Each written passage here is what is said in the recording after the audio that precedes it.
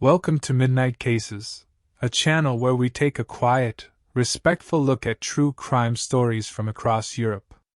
Here, there are no dramatic visuals, no disturbing footage, and no sensationalism. Only calm narration, thoughtful details, and space for reflection. This episode is presented on a black screen and intended for listening, whether you're relaxing, falling asleep, or simply seeking a quieter way to revisit some of the most complex cases that history has left behind. If this is your first time here, consider subscribing for more deep dives into unsolved mysteries, forgotten stories, and hidden truths from around the continent. And now, tonight's case. In the spring of 1997, Spain was a country in transition, modernizing quickly, yet still deeply shaped by its recent past. Democracy had taken root less than 2 decades earlier, following the death of dictator Francisco Franco in 1975, and although the economic optimism of the 1990s was visible in major cities like Madrid and Barcelona, many smaller towns retained a quieter, more traditional way of life. Just 30 kilometers northeast of Madrid lies the municipality of Algete, a town that, at the time, was home to just under 15,000 residents. Nestled among the dry hills of the community of Madrid, Algete was not widely known beyond its borders. It was the kind of place where neighbors recognized one another by name, where families lived close together for generations, and where the rhythms of daily life were steady and familiar. In 1997, it offered a slower pace than the nearby capital. Its streets lined with modest homes, local shops, and small cafes where people exchanged greetings in the late afternoon sun. It was in this setting that Eva Blanco Gomez lived with her family. Born on October 27, 1980, Eva was 16 years old in the spring of 1997. A high school student attending Instituto de Educación Secundaria Gustavo Adolfo Becker, a local secondary school named after the famous 19th-century poet. She was the second child of Juan Blanco and Asunción Gómez, a working-class couple who had raised their family with clear values, honesty, humility, and a strong sense of right and wrong. By all accounts, Eva was a bright, cheerful, and responsible young woman. She was known for her warm smile, her dedication to her studies, and her close bond with her family, particularly her older brother, with whom she shared a playful and affectionate relationship. She loved music, enjoyed spending time with friends, and had a gentle but confident nature that left a positive impression on teachers and classmates alike. Her life was unremarkable in the best possible way, safe, stable, and full of potential. In 1997, the concept of personal safety in towns like Algete was almost taken for granted. Violent crime, particularly crimes against children or teenagers, was relatively rare. Parents allowed their children a degree of independence, confident that their community would protect them. Young people often walked home alone after school or social events, without fear or second thoughts. There was an underlying belief that such tragedies happened elsewhere, in cities, on the news, or in stories told from far away. Not here. Not in Algete. And yet, beneath this calm surface, Spain, like much of Europe, was beginning to grapple with changes in crime and social structure. While overall crime rates were not alarming, concerns about youth violence, drug use, and the capacity of local law enforcement to handle complex investigations were growing. Advances in forensic science, including the use of DNA profiling, had begun to revolutionize criminal investigations across the continent, but these tools were not yet widespread, and many police departments still relied heavily on traditional methods of questioning and observation. It is within this delicate balance of innocence and slow adaptation that the story of Eva Blanco begins. On April 19, 1997, a Saturday, Eva was invited to a birthday celebration hosted by one of her classmates. The gathering was held in Algete, the very town where Eva lived, just a short walk from her family's home. She asked her parents for permission to attend, and as she had always been responsible, they agreed, setting a curfew of around 11:30 p.m. She left the house in good spirits, dressed for an evening of music and laughter, with every intention of returning before the agreed time. What happened next would shatter the fragile sense of safety that had once enveloped this small community. But before the shock, before the search, before the years of silence and pain, there was only a girl, 16 years old, walking into the night with no reason to be afraid. A girl who had no way of knowing that history would remember her not for the life she lived, but for the mystery that stole her future. In order to understand the pain that followed, one must first understand what was lost. Eva Blanco was not famous. She was not a public figure, nor someone who had ever sought the spotlight. She was simply a daughter, a sister, a friend, a teenager with dreams, surrounded by people who loved her deeply. And in many ways, that is precisely what makes this case so haunting. Because Eva could have been anyone's daughter. And Algete could have been any town. The birthday party took place in Algete itself, within walking distance of her family's residence. It was a small gathering, reportedly held at the home of a classmate or in a local community space, and several teenagers from the same school were in attendance. Witnesses later described the atmosphere as friendly and relaxed. Eva spent the evening chatting with friends, and according to those present, she neither consumed alcohol nor showed any signs of distress or discomfort. Shortly before midnight, Eva left the party in the company of a close female friend. The two walked together for a portion of the route home, following a familiar path through town. At approximately 11:45 p.m., they reached an intersection near Avenida de Europa, a well-known point in the local neighborhood. It was there that the two girls said goodbye, and Eva continued alone for the final stretch of her journey. From that moment on, no one else is known to have seen her alive. When Eva failed to return home by the expected hour, her parents became concerned almost immediately. It was out of character for her to miss curfew without informing them, and as the minutes passed, anxiety began to set in. By the early hours of the morning, her father Juan and other family members had begun making phone calls to friends, neighbors, and classmates. They even retraced the likely route she would have taken, hoping to spot some sign of her along the darkened streets of Algete. But Eva was nowhere to be found. At 3 a.m., just 3 hours after her last confirmed sighting, the Blanco family went to the Guardia Civil to report her disappearance. The officers on duty initially treated the case as a possible voluntary absence, a decision that, while standard procedure at the time, would later be criticized as a crucial delay in what might have been a narrow window for intervention. Nonetheless, a preliminary search was launched, and by Sunday morning, Eva's face and name were being circulated throughout the town. As daylight broke on April 20th, hope remained that Eva had perhaps decided to stay overnight at a friend's house, or that she had lost track of time and would soon return. But for her family, that hope was already wearing thin. They knew Eva's habits, her personality, and her sense of responsibility.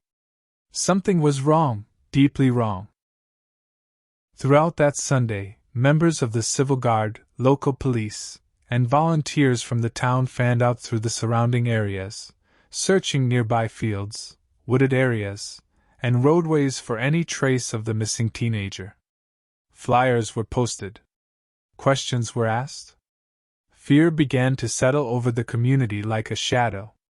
Still, there was no sign of Eva. No discarded belongings, no messages, and no indication of what had happened in the quiet space between her last goodbye and the moment her absence was noticed. It would be another day before the full horror of the situation came to light. And when it did, the town of Algete, so used to quiet evenings and peaceful routines, would never be the same again. At first light on Monday, April 21, 1997, the search for Eva Blanco entered its third day. What had initially begun as a missing person case was now filled with dread. The absence of any message or sign from Eva, paired with the complete lack of physical clues, had turned growing worry into silent fear. Her family, especially her father, Juan Blanco, had spent the weekend urging authorities to intensify their efforts.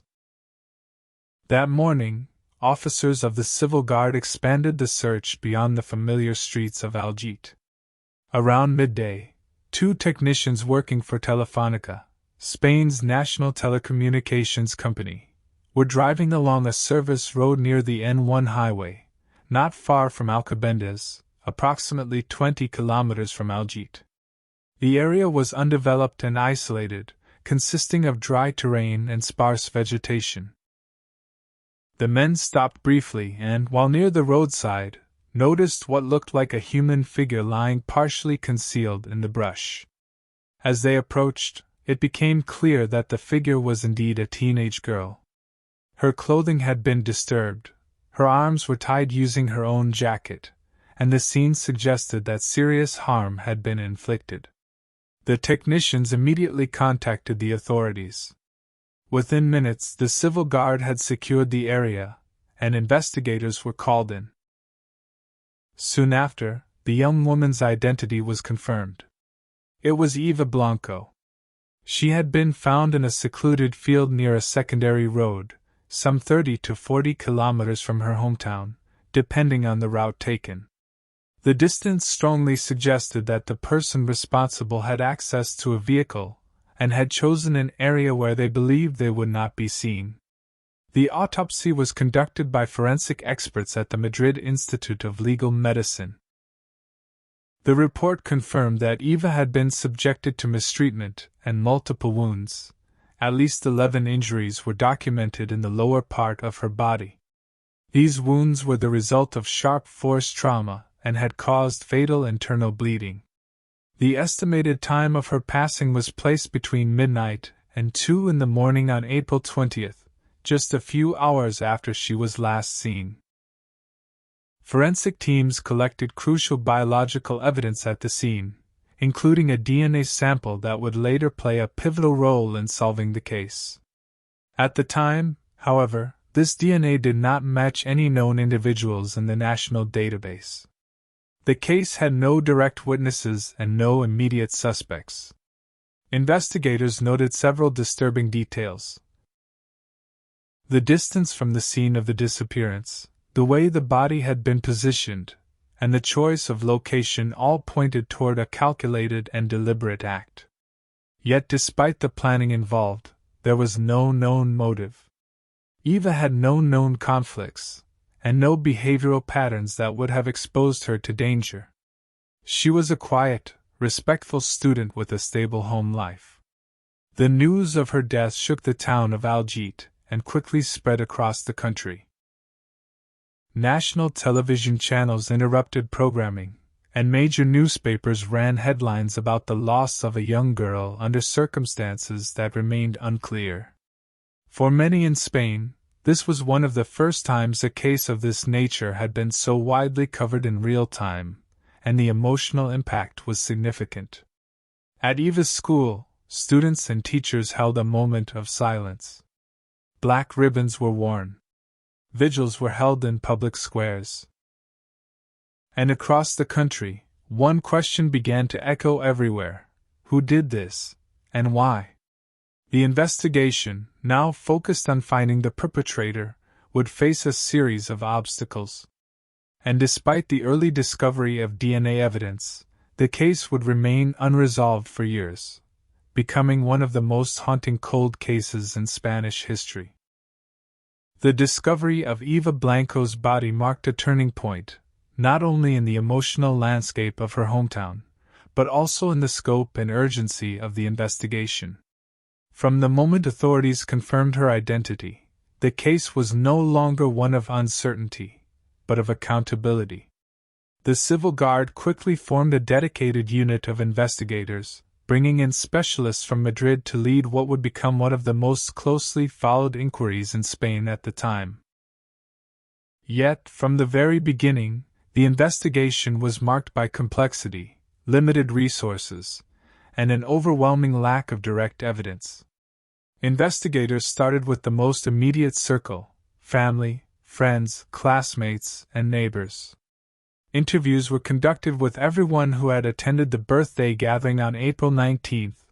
Authorities reconstructed Eva's last known movements in detail.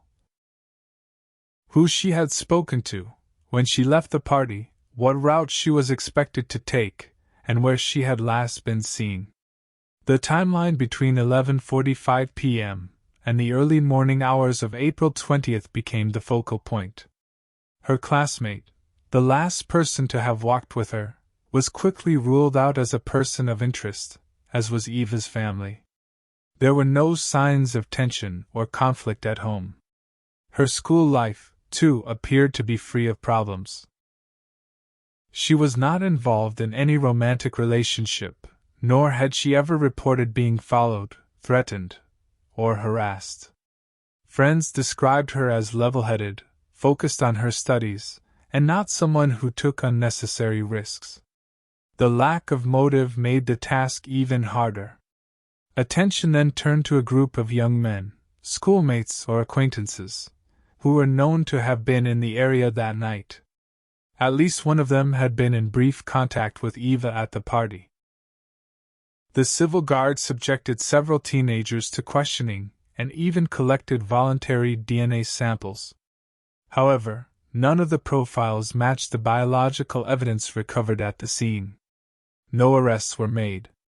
Complicating matters further was the forensic technology of the time. Although investigators had a DNA profile, Spain did not yet have a comprehensive national database for comparison. The existing records were sparse, mostly limited to convicted individuals of serious crimes, and lacked the tools for advanced familial matching. As a result, the sample, though highly valuable, remained essentially dormant in the absence of a direct match. In parallel, the investigation faced difficulties related to information control. The intense media coverage, while drawing attention to the case, also risked compromising certain aspects of the inquiry. Speculation began to appear in newspapers and on television, theories about a possible stranger, about a planned attack, about someone with a vehicle who knew the area well. None of these were supported by direct evidence, but the pressure on law enforcement grew with every passing day. Eva's family, while actively supporting the investigation, also began to speak out publicly.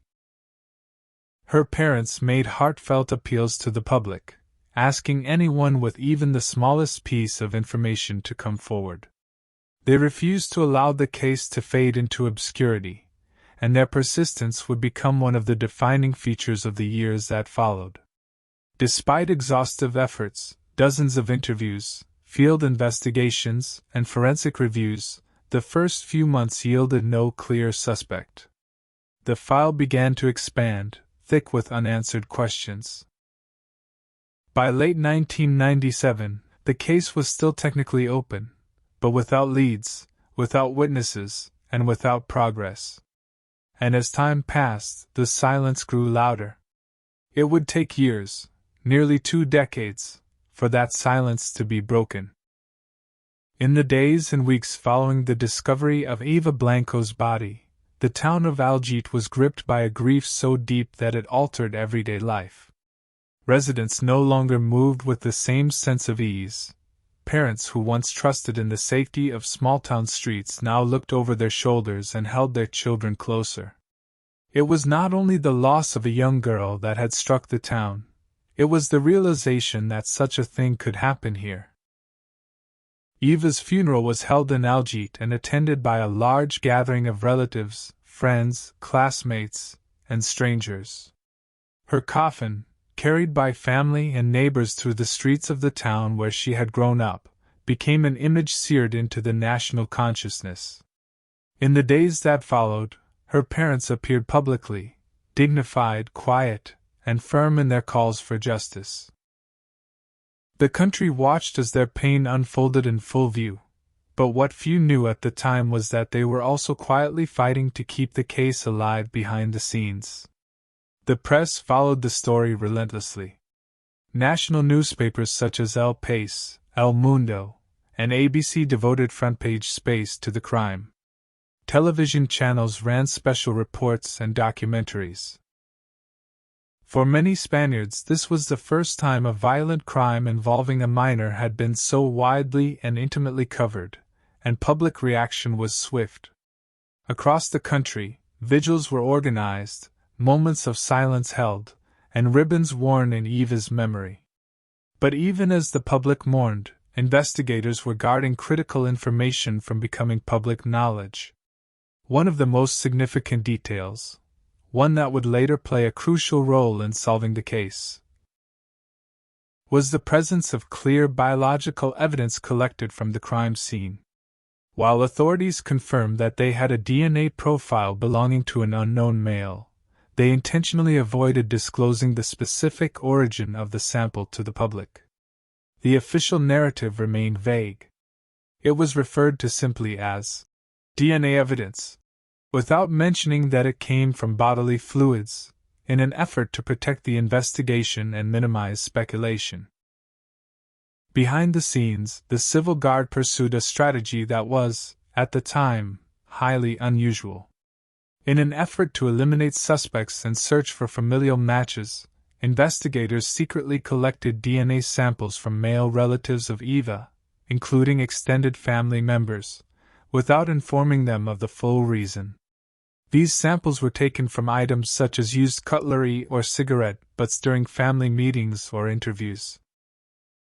While controversial by today's standards, this tactic reflected the desperation and determination to find even the smallest lead.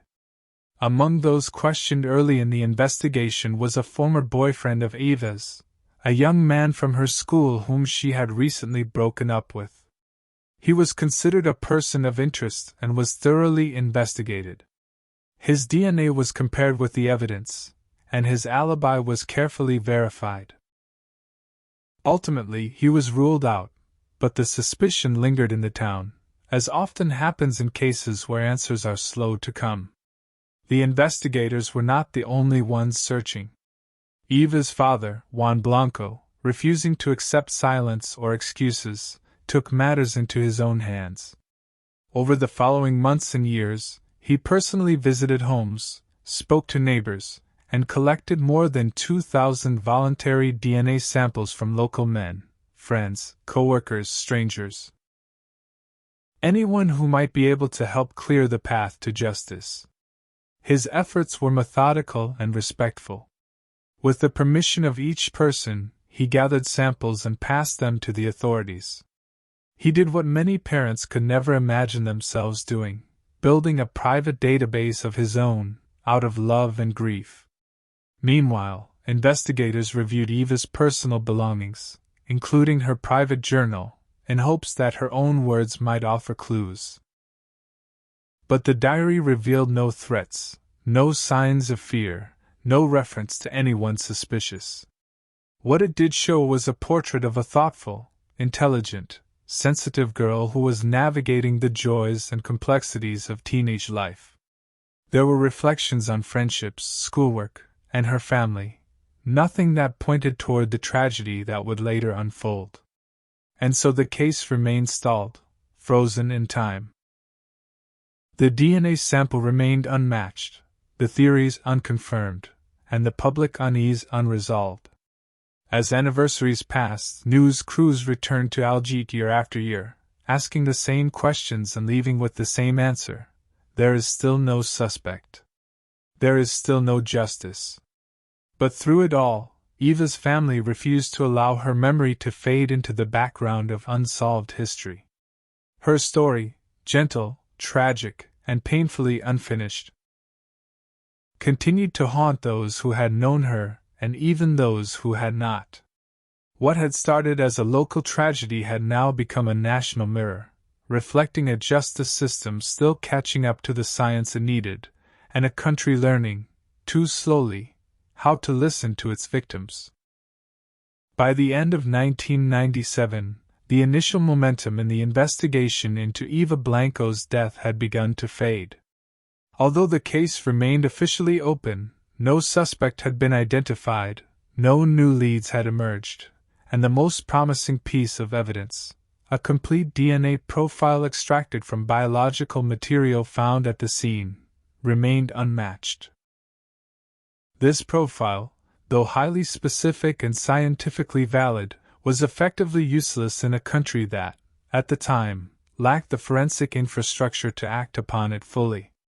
Spain did not yet possess a centralized or comprehensive DNA database, and the idea of using genetic material to track down suspects through indirect or familial relationships was still years away from implementation. As months turned into years, the case grew cold. Not because investigators had forgotten, but because the tools to move forward did not yet exist. Still, the DNA sample was preserved under strict protocols and stored with care by the forensic teams. Investigators understood even then that science was evolving rapidly and that what was impossible in the 1990s might one day become routine. The hope was quiet but persistent, that one day, the profile would find its match. In 2006, nearly a decade after the crime, Spain took a critical step forward by creating the National DNA Database, Banco Nacional de ADN, a system that allowed police to store and compare genetic information collected in criminal investigations. This was a major breakthrough, but it came too late for many cold cases, including Eva's. By that point, the database still lacked a wide enough sampling to produce matches in unsolved crimes, especially those committed by individuals who had never been arrested or convicted. Throughout this period, the case remained open, reviewed periodically by the Civil Guard's Unidad Central Operativa, UCO, a specialized division for complex crimes. They continued to analyze every clue, every statement, every report, but the trail remained invisible. No weapon had been recovered, no new witness had come forward, and every voluntary DNA sample collected over the years had been ruled out. Public interest, while quieter, never disappeared entirely. On each anniversary of Eva's death, articles resurfaced, journalists returned to Algete, and her parents renewed their appeals. Juan Blanco, in particular, remained steadfast. He had not stopped his personal mission. He continued gathering voluntary samples, working closely with authorities, and pressing for new technologies to be applied to his daughter's case. Then, in 2013, everything changed. Spain began using a revolutionary method already adopted in other countries, familial DNA searching. Instead of seeking an exact match to a suspect's profile, investigators could now look for partial genetic matches. Close relatives, such as parents, siblings, or children, whose DNA might share significant markers with the individual who left biological material at the crime scene. This new technique did not guarantee immediate answers, but it opened an entirely new investigative path, especially in cases where the suspect had never been arrested or registered in any official database. In 2013, Eva's case was selected as one of the first in Spain to test this emerging method. The original DNA profile was uploaded and systematically compared not just to exact entries, but to partial genetic similarities across male profiles from multiple regions of the country. The process was time-consuming, highly technical, and carried out in secrecy to avoid public pressure and preserve the integrity of any potential findings. And finally, in late 2014, the breakthrough came. A partial match was identified. A man living in southern Spain, in the autonomous city of Melilla, whose genetic profile was strikingly similar to that of the suspect. Upon deeper investigation, it was determined that the man in question had a brother who had lived in Algete in the 1990s, during the time of Eva's disappearance, and who had left Spain in the early 2000s to live in France. For the first time in nearly 18 years, investigators had a name. But the story was far from over. In early October 2015, nearly 18 years after the tragic loss of Eva Blanco, investigators made a significant breakthrough. Using advanced DNA tracing methods, they were able to connect the evidence found at the scene to Ahmed Chelgerge through a partial match discovered in a routine DNA comparison process. This match, confirmed by Spanish forensic units, finally gave the case a name and a direction after almost 2 decades of silence. Born on March 1, 1963, in Taza, Morocco, Ahmed Chel moved to Spain as a child and obtained Spanish citizenship. At the time of Eva's disappearance in April 1997, he was 34 years old and living in the Algete area with his wife, Encarnacion Cantos, and their children. The family lived in a caravan provided by his employer, located about 4 kilometers from the place where Eva was last seen. Shortly after the case unfolded, in 1999, Ahmed moved to France. Though legally still married, he eventually separated from his first wife. In 2003, he entered a new relationship and later married a young Moroccan woman who had been studying in Besançon. The couple settled in Pirifontaine-les-Varens, a quiet village near the Swiss border, and had 2 children. Chel worked as a welder and was known to keep to himself. According to reports from local residents and colleagues, he led a relatively low-profile life in France. Through close coordination between the Guardia Civil, Interpol, and French law enforcement, investigators discreetly obtained a sample of Chel's DNA using discarded items. The result, a conclusive match with the profile developed in 1997. On October 1, 2015, authorities placed him under arrest in France. He was 52 years old at the time. The Spanish government issued a European arrest warrant, and Chel was quickly extradited to Spain under international cooperation agreements. Upon arrival, he was placed in Alcalamico, a high-security facility near Madrid, where he awaited formal questioning. He faced charges related to Eva Blanco's disappearance and the actions committed on that night, based on the biological evidence recovered. According to El País, during preliminary questioning, he offered an implausible version of events, which authorities quickly dismissed. While briefly detained in France before his extradition, Chel had already exhibited signs of distress and had attempted to harm himself. He received a medical evaluation and was placed under monitoring. However, upon arrival in Spain, those protocols were eventually lifted. Then, on the morning of January 29, 2016, authorities discovered that Chel had taken his own life inside his cell at Alcalamico. He used a piece of fabric to do so, and according to reports, there were no signs of struggle. Officials confirmed that no one else was involved and that his previous mental health concerns had been noted but were not considered active at the time. Because the suspect passed away before a trial could be held, the case was formally closed by court order on February 15, 2016. Legally, proceedings could no longer continue. For Eva's family, the confirmation of the DNA match brought a form of truth, but no testimony, no trial, and no full opportunity for justice to be seen and heard. This case became the first in Spain to be resolved using familial DNA tracing, a technique that would later be applied in other unsolved investigations. Yet, for those who knew Eva, or came to know her story years later, this resolution came without the full answers they had hoped for. For the Blanco family, this turn of events was devastating. The opportunity to confront the man accused of ending Eva's life was gone.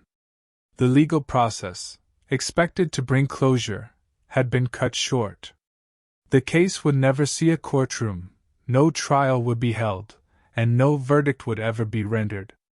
For investigators and the media, the sudden death of the suspect reopened the door to speculation. If he was indeed guilty, why had he not confessed? If he was innocent, why end his life? While authorities insisted the DNA evidence was conclusive, some observers pointed out that DNA alone, though powerful, could not tell the entire story. Had he acted alone? Could others have been involved? Was the original timeline of the evening of April 19, 1997, fully accurate? Journalists began re-examining the case, questioning why it had taken so long to obtain a match, and whether earlier investigative missteps had delayed justice unnecessarily.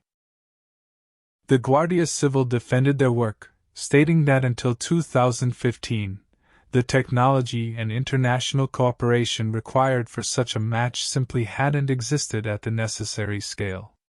Yet for the public, the knowledge that Eva's case had remained unsolved for 18 years despite the existence of a preserved genetic profile was difficult to accept.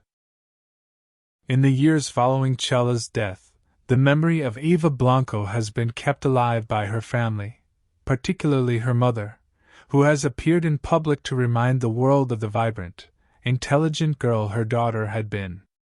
Each anniversary of her passing sees quiet vigils in Algete, where townspeople still mourn a loss that marked the end of innocence in their community. The unresolved elements of the case continue to cast a shadow over the investigation. Though officially closed, some in the public eye have voiced the need for a renewed inquiry, not necessarily to find a new suspect, but to ensure that every aspect of the original investigation has been properly examined. As with many cases where definitive judicial closure remains elusive, the Eva Blanco case occupies a space between relief and uncertainty. Understanding what kind of individual could commit an act so sudden, violent, and devastating has long haunted those who followed the case of Eva Blanco. Even after a DNA match identified a suspect nearly 2 decades later, the absence of a trial, and therefore, a formal psychological evaluation, left many unanswered questions about the mind behind the crime. Psychologists who examined the profile from a distance, based on available forensic evidence and the behavior exhibited during and after the incident, have generally agreed on a few core traits. The act appeared to be one of opportunity, not premeditated in the traditional sense, but marked by a profound lack of empathy and impulse control. The level of violence used, particularly against a young girl, suggested not only a disregard for human life but a deep-rooted aggression, possibly stemming from unresolved internal conflict, frustration, or suppressed trauma. Experts have pointed out that such individuals often maintain a facade of normalcy in daily life. They may hold jobs, have families, and avoid detection for years. In this case, Ahmed Chell reportedly lived a relatively quiet life in France with a partner and children.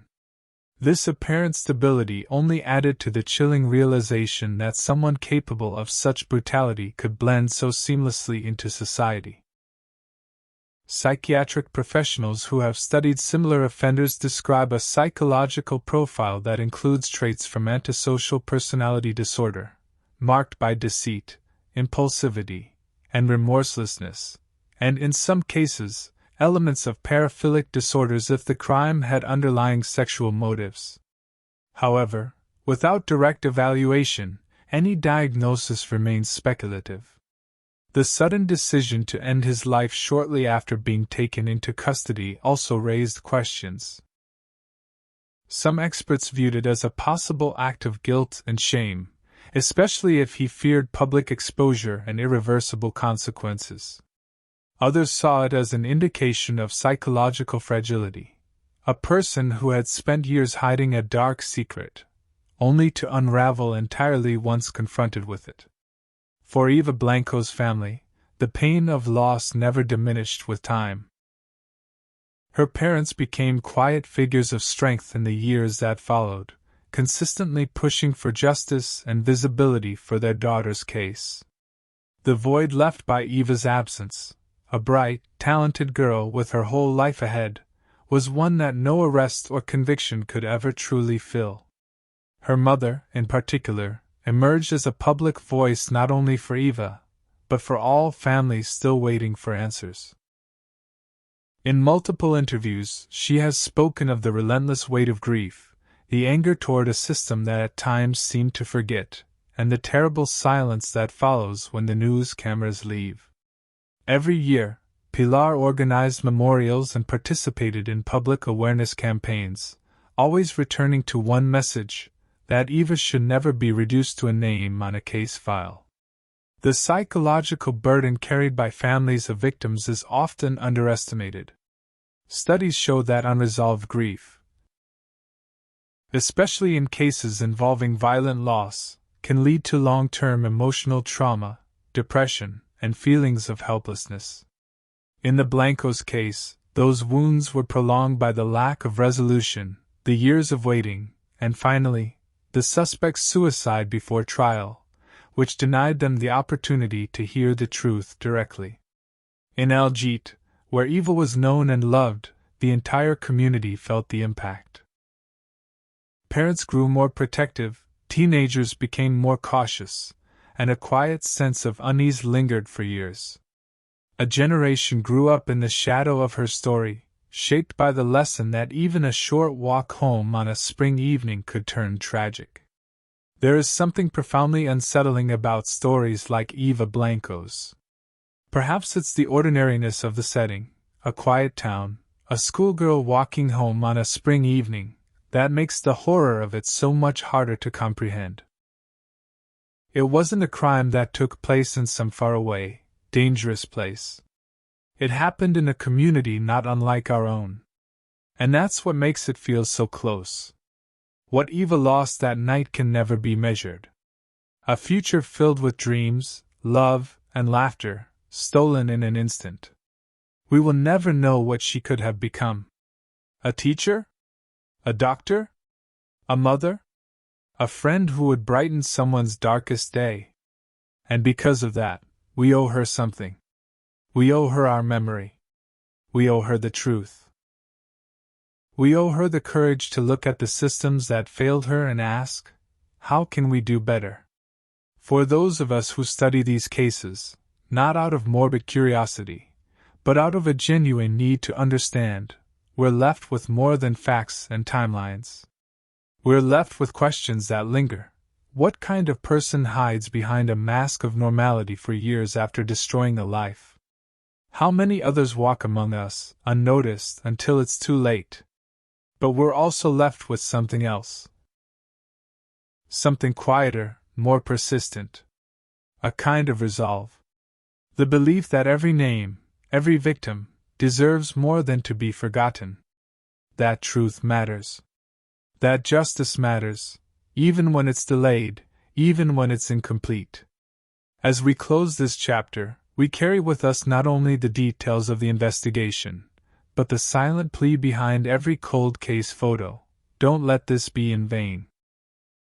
If Eva's story has taught us anything, it's that no matter how much time passes, someone will always be searching for the truth. And sometimes, that's what makes the difference. Thank you for watching. If Eva's story moved you, I invite you to subscribe, leave a comment, or share your thoughts below.